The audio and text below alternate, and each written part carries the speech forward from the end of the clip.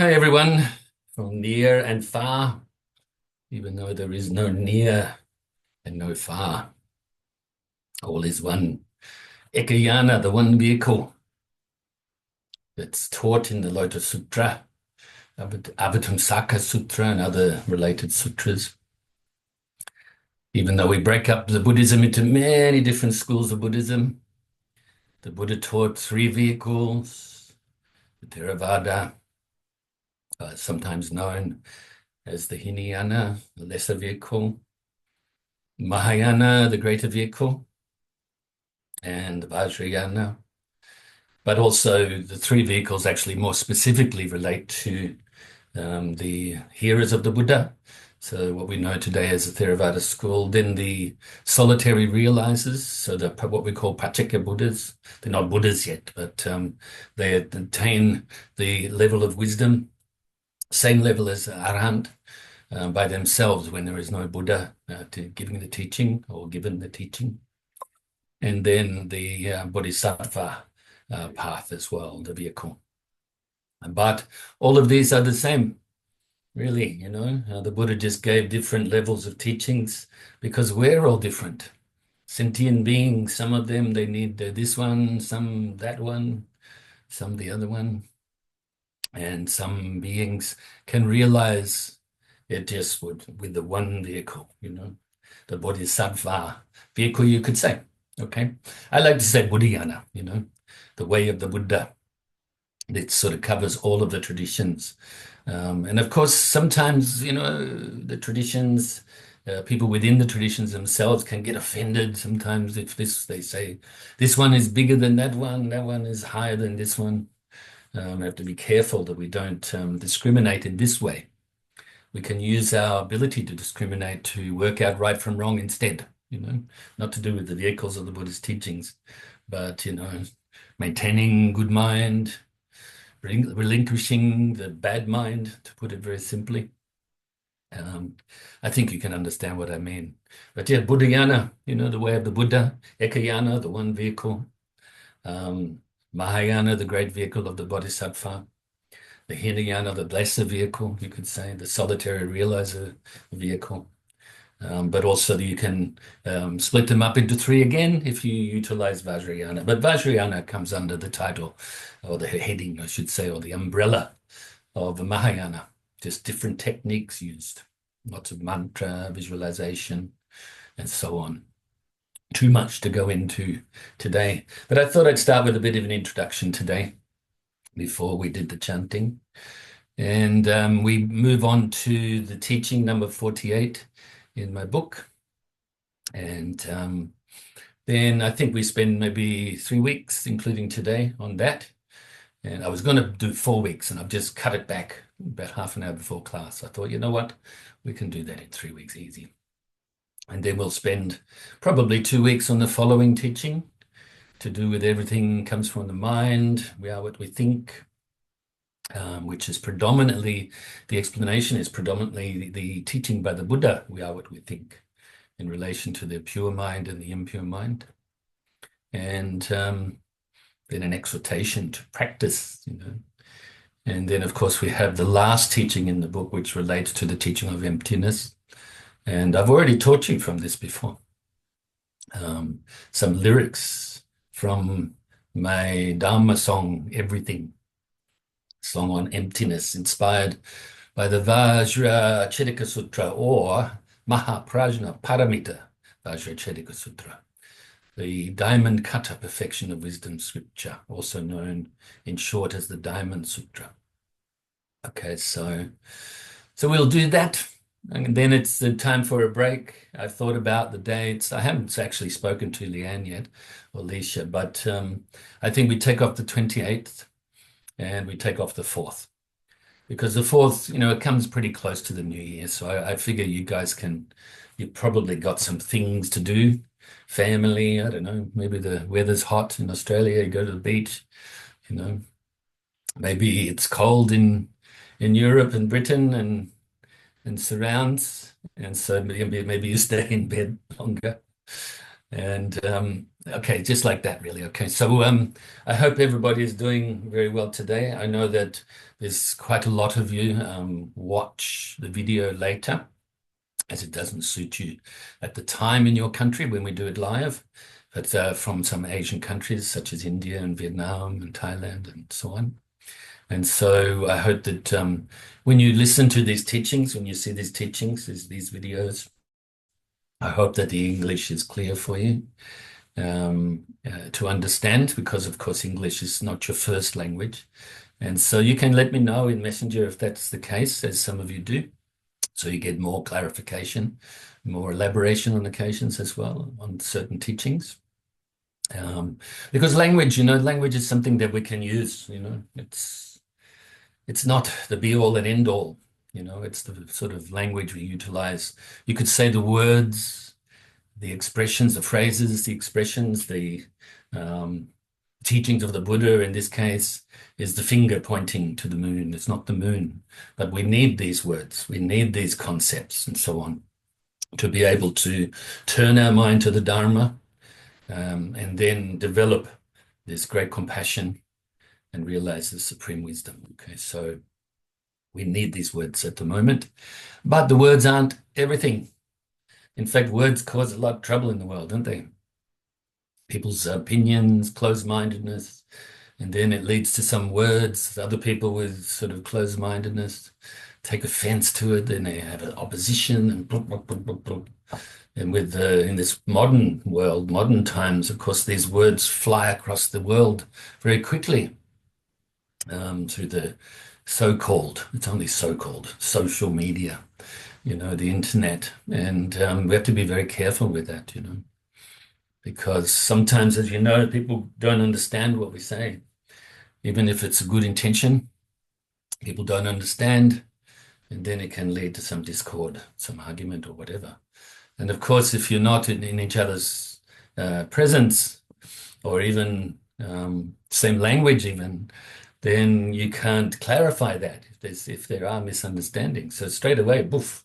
So on occasions, first of all, I'll say that things like Facebook and YouTube and whatever, I utilize this to share the Dharma. Okay. And also for some of my friends and teachers and so on, maybe I read their teachings and maybe watch a video on occasions, very rarely, but to receive teachings myself, and so I kind of do it for that reason, and I kind of limit it to that. But on occasions, I may see something, and arguing through comments on posts in Facebook is ridiculous. The misunderstandings, because people have their own views, isn't it? So sharing the Dharma, it's not that easy sometimes, but it's not the Dharma that's the problem. And maybe it's not the sharing that is the problem. It's people are maybe not ready to hear things. And it's very difficult to perceive that, because whether or who is ready to hear these Dharma teachings. You can't. You put it out there in public, you don't want to limit who reads it. You stick it out there and all of a sudden people misunderstand and take it the wrong way. And if you engage with them, then a lot of the time they want to argue and things. So I avoid it most of the time, unless there's some real sincere questions and, comments, things like that. Anyway, I'm waffling on. Blah, blah, blah. Let's do some chanting. But the chanting is not the blah, blah, blah, of course. Enjoy, keep peaceful mind, mindful, aware, conscientious, compassionate, wise, closer to your true nature. Namo Tassa Bhagavato Arahato Samma Sambuddhassa. Namo Tassa Bhagavato Arahato Samma Sambuddhassa. Namo Tassa Bhagavato Arahato Samma Sambuddhassa. Buddham saranam gacchami. Dhammam saranam gacchami. Sangham saranam gacchami. Dudayambi Buddham saranam gacchami. Dudayambi Dhammam saranam gacchami. Dudayambi Sangham saranam gacchami. Tatayambi Buddham saranam gacchami. Tatayambi Dhammam saranam gacchami. Tatayambi Sangham saranam gacchami. Namo Buddhaya, Namo Dharmaya, Namo Sanghaya. Namo Buddhaya, Namo Dharmaya, Namo Sanghaya. Namo Buddhaya, Namo Dharmaya, Namo Sanghaya. I take refuge until I am enlightened in the Buddha, the Dharma, and the Sangha. Through the positive potential I create by practicing the 6 paramitas, may I soon attain enlightenment in order to benefit all sentient beings. I take refuge until I am enlightened in the Buddha, the Dharma, and the Sangha. Through the positive potential I create by practicing the 6 paramitas, may I soon attain enlightenment in order to benefit all sentient beings. I take refuge until I am enlightened in the Buddha, the Dharma, and the Sangha. Through the positive potential I create by practicing the 6 paramitas, may I soon attain enlightenment in order to benefit all sentient beings. May all sentient beings have happiness and its causes. May they be free from suffering and its causes. May they never be parted from their happiness beyond suffering. May they abide in equanimity, free of bias, attachment to the near, and aversion from the far. I shall cause this great compassionate Buddha, please inspire me to be able to do so. Reverently I prostrate with my body, speech, and mind, and present clouds of every types of offerings, actual and mentally transformed. I confess all of my negative actions accumulated since beginningless time, and rejoice in all the virtues of all holy and ordinary beings.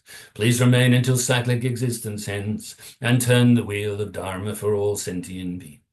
I dedicate the virtues of myself and others to the great enlightenment. However innumerable all sentient beings are, I vow to save them all. However inexhaustible my delusions are, I vow to extinguish them all. However immeasurable the Dharma teachings are, I vow to master them all. However endless the Buddhist way is, I vow to follow it completely. Om Mani Padme Hum. Om Mani Padme Hum. Om Mani Padme Hum. Tayata Om Gate Gate Para Samgate Bodhisoha. Tayata Om Gate Gate Para Samgate Bodhisoha. Tayata Om Gate Gate Para Samgate Bodhisoha. So now I'll be comfortable for some meditation, and we'll do it very brief today. And we do it brief every class, every Zoom class because of the time constraints, but just quite quickly today, okay? So hopefully you've done some meditation prior to the class. You feel nice and relaxed that you've done the chanting now. Had a little bit to listen to the intro Dharma talk before. And bring your mind inside your body and release the tension from the bottom of the body all the way to the top. Let's take a few moments to do this. So releasing whatever tension you can release.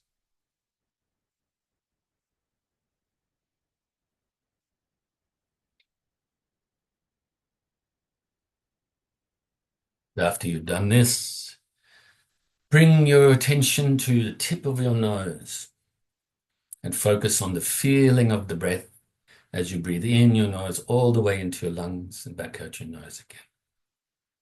Breathing in, breathing out. So physically, all you have to do is be here physically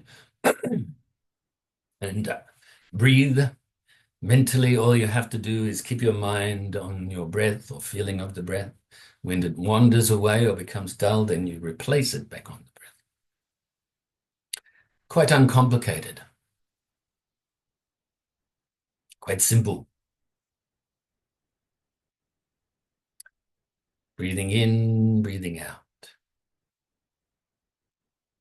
So if your mind does wander from the breath, either through thoughts or feelings, sensations, and so on, don't cling to them.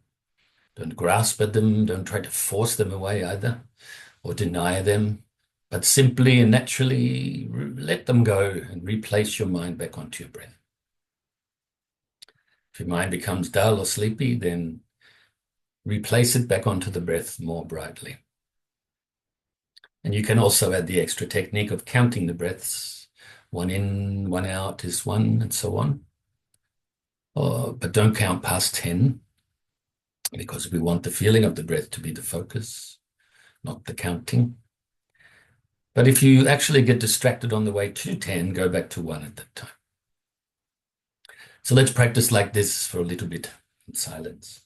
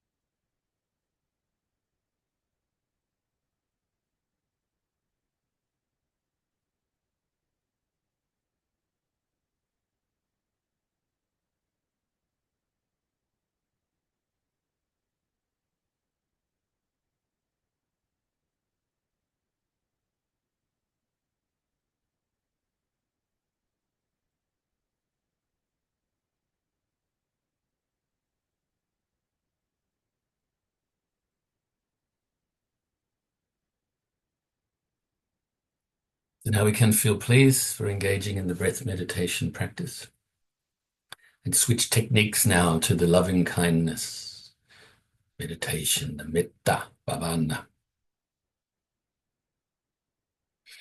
And let's fill ourselves with universal loving kindness. Utilize the visualization, visualizing our whole being with white light, filled with white light.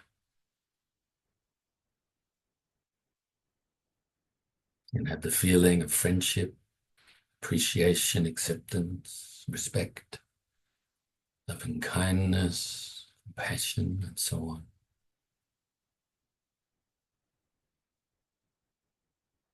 Really have this feeling, even if it's fragmented, because our concentration is not perfect yet.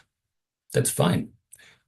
As we do this, we improve, increase the loving kindness and friendliness, especially at the moment to the self. At the same time, increasing and improving, I should say improving and increasing our ability to concentrate more clearly and for longer periods.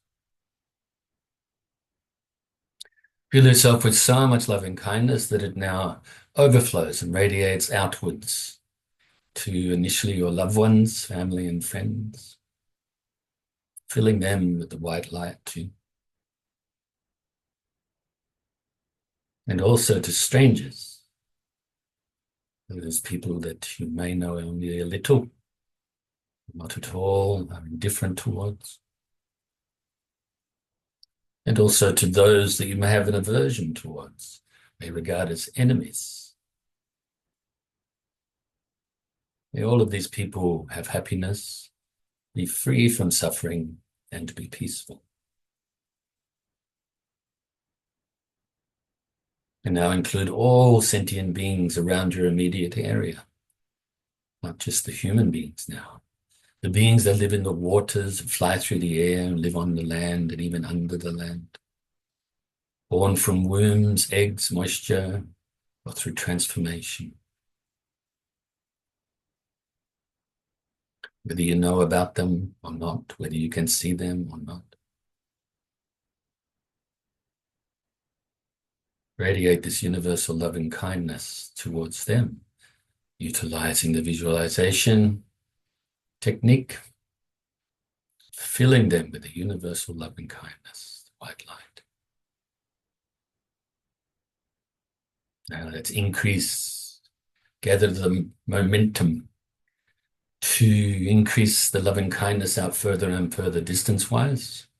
Now throughout your whole state or county, to all living beings. And other states and counties throughout your whole country.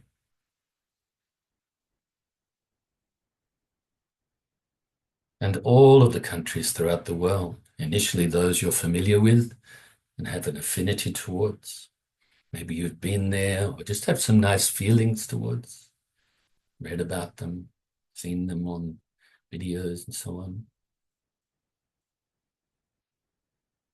To those you're indifferent towards, and also to those countries that, for whatever reason, you may have some negative feelings towards.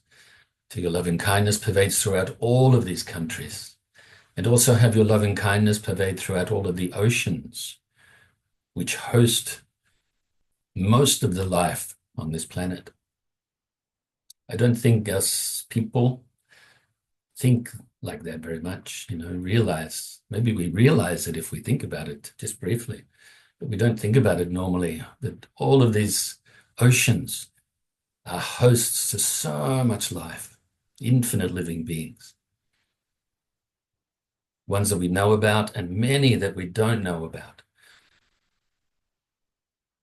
Have your loving kindness pervade down to the core of the earth, to the outermost atmosphere, and beyond this planet alone, throughout the whole solar system. And throughout the whole galaxy and the universe and beyond. Until your loving kindness pervades throughout infinite space, without limit. And also be present here and now to recite the dedication prayer. Due to this merit, may I soon attain the enlightened state of the Buddha, so that I may be able to liberate all sentient beings from their suffering. May the precious Bodhicitta, not yet born, arise and grow. May that born have no decline, but increase forevermore. And may the precious view of Shunyata, not yet born, arise and grow. May that born have no decline, but increase forevermore.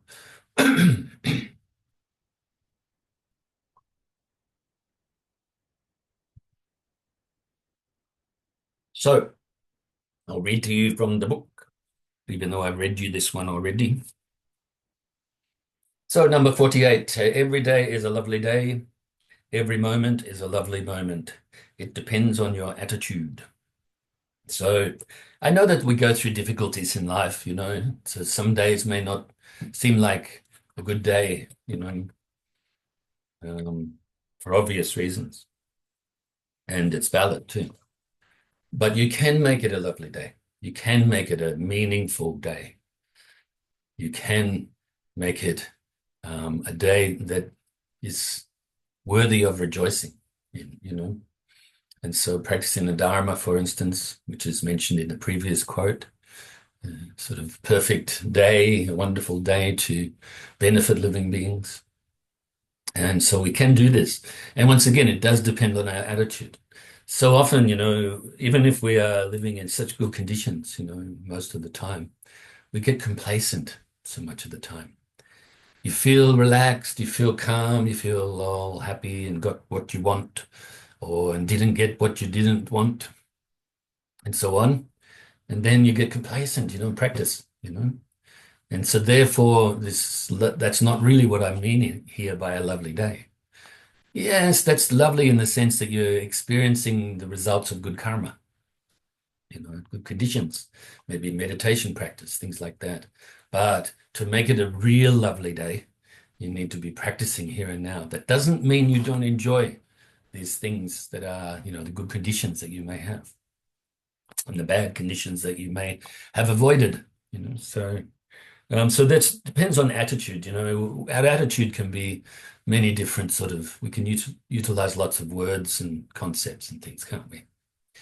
Our attitude could be self-centered or selfless. Our attitude could be compassionate or vengeful. Our attitude could be, loving and kind, or could be cruel. These are not particularly direct opposites, what I'm mentioning now. So our attitude could be based on wisdom, or it could be based on not wanting wisdom. So often I think living beings don't want to face the truth, don't want wisdom, because it doesn't accord with their habitual tendencies, their attachments and aversions and so on. Don't be like that, Have a good attitude. That's, once again, I'll mention the three principal paths, can also be known as the three principles of the path to enlightenment. And that is renunciation, or in other words, turning your mind directly to the Dharma. Bodhicitta, realizing the supreme wisdom, or supreme compassion, I should say, the altruistic intention. And then emptiness, realizing the supreme wisdom. Three aspects there. And so that's what we really spend a lot of time on right now.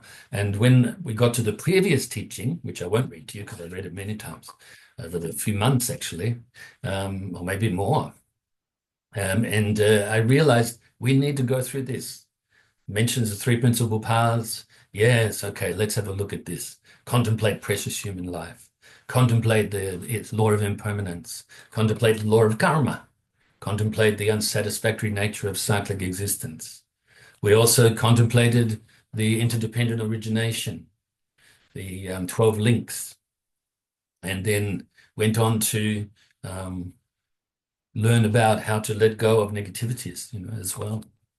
These were all related, and that's the reason why when I got to this teaching, I thought, you know what, we need to do this. And we've done them before, face-to-face classes over the years, and maybe touched on different aspects of them. Some of them in great detail, some of them just a little bit, during these Zoom classes. And I thought, can do that. So that one, the previous one, related mainly to renunciation, to turning your mind to the Dharma. So many people, I remind you, think renunciation means to the renunciates, monks, nuns that have renounced the world, so-called. But actually, that's not the case. To renounce the worldly ways or the world doesn't mean to turn your back on it. It means that you're going to place your mind towards enlightenment, or face your mind towards enlightenment, and practice the Dharma. Doesn't mean that you won't experience things in the world. It means you don't get attached to them or have an aversion for them. You do your best to not be affected by them, sort of like in the world, but not of the world, or not affected by the world. So this teaching here is predominantly, it touches on the wisdom aspect, but also, as they all do, but this one is bodhicitta again, okay? Of course, we spent, I think, 9 months on the 6 paramitas commentary, and then we spent about the same amount of time on the 8 verses of thought transformation, which includes that, but also includes the wisdom part too. So the next teaching relates specifically to the wisdom. All right, so this one is really short. It's 3 short paragraphs. I repeat the quote. Every day is a lovely day. Every moment is a lovely moment. It depends on your attitude. If you maintain a positive and loving attitude, whether or not you are experiencing pleasure or pain, gain or loss, fame or shame, or praise or blame, then every moment will be a lovely moment. Every day will be a lovely day. Enthusiastically and joyfully be generous, moral, and patient, and diligently develop clear concentration and wisdom. Maintain a positive outlook in your life. Have faith and confidence in yourself. Have faith and confidence that you can truly be compassionate and wise. So just to give an overview really briefly, hang on a sec. For those of you that aren't in Australia today, or Phillip Island, for instance, or around Melbourne, very hot.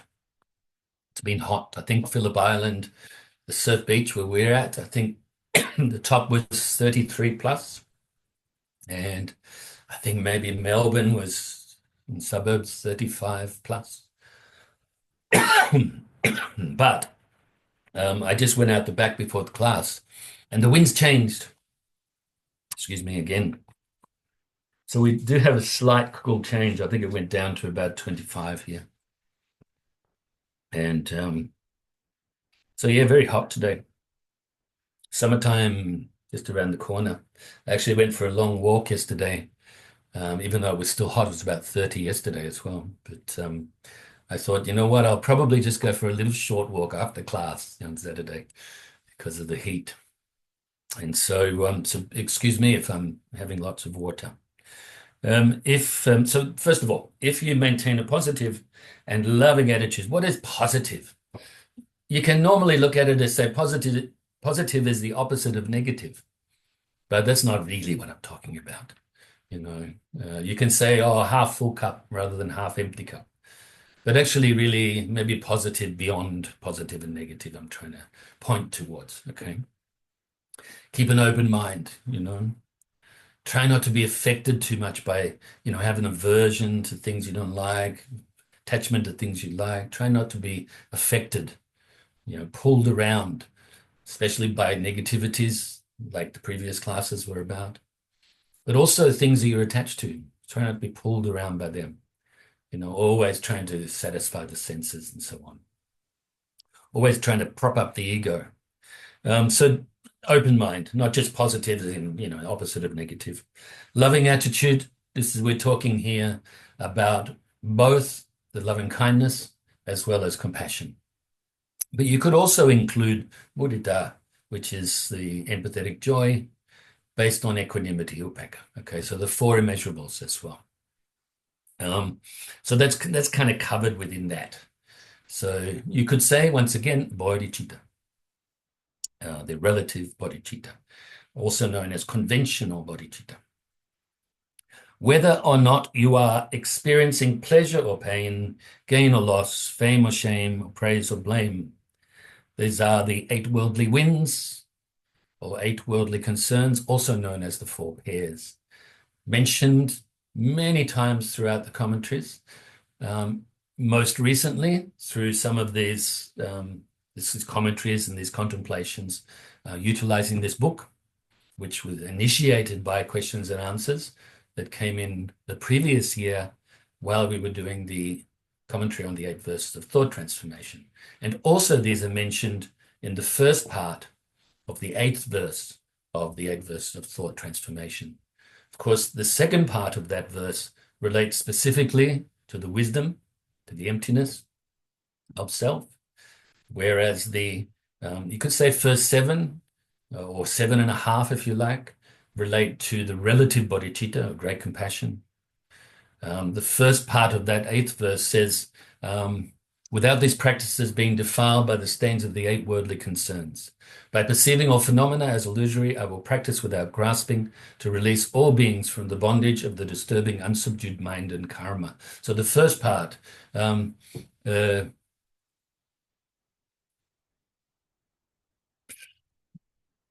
of love, directly and indirectly, benefit and happiness. Without these practices being defiled by the stains of the 8 worldly concerns. Sorry, I sort of went blank in the mind there. And so without these practices, so without our practice of bodhicitta or development of bodhicitta, working our way to the supreme wisdom, without these practices of the 6 paramitas and all of the other related teachings and practices being affected in a way, without them being stained, without them being blown off course, you could say, by the stains of these 8 worldly winds, you know.